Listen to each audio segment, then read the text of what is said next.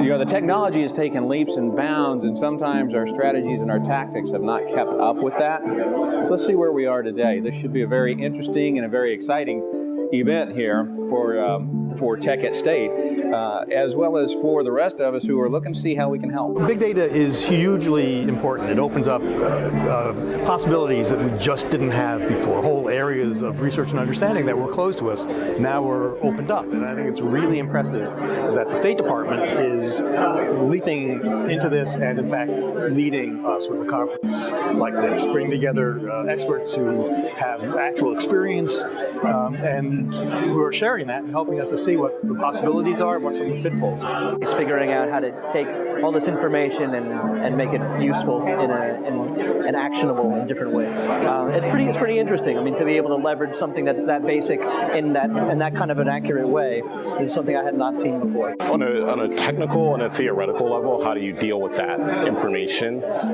when it's excessive and it exceeds the capacity of humans to deal with it? Really what's happening with real-time awareness is making the tools easily accessible by everybody so they can really have simple and understandable interfaces to dive through complex real-time information to make really important decisions. With the amount of social media information that's being created, you know, and that train's not stopping. I mean, it's only going to increase. And you have to be paying attention.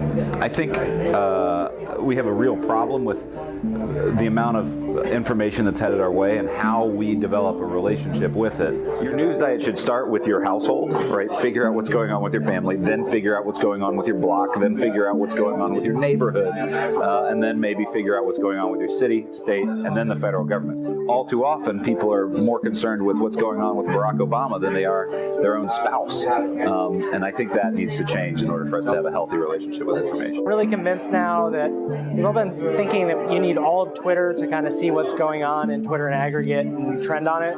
And I think most of the people there made a pretty convincing case that that's actually too much information and you don't want all of Twitter. The TechatState event, real-time awareness has just been great. It's been fun to see what people are doing with crowdsourced data, to see where things are going, what the trends are, what the problem areas are. We were talking how some of our tools can start using real-time data more and how to get that on a map and how to process maps quickly so that they can be updated in real time or at least on a more rapid basis. And because maps are so heavy, it's definitely a big problem and that's something we're looking at. People saying, well, if you're not part of the social media picture, you're probably behind the story. So, like how the next decade is going to be like, the next 5-10 years is going to be like for the whole real-time awareness. Is it going to stay?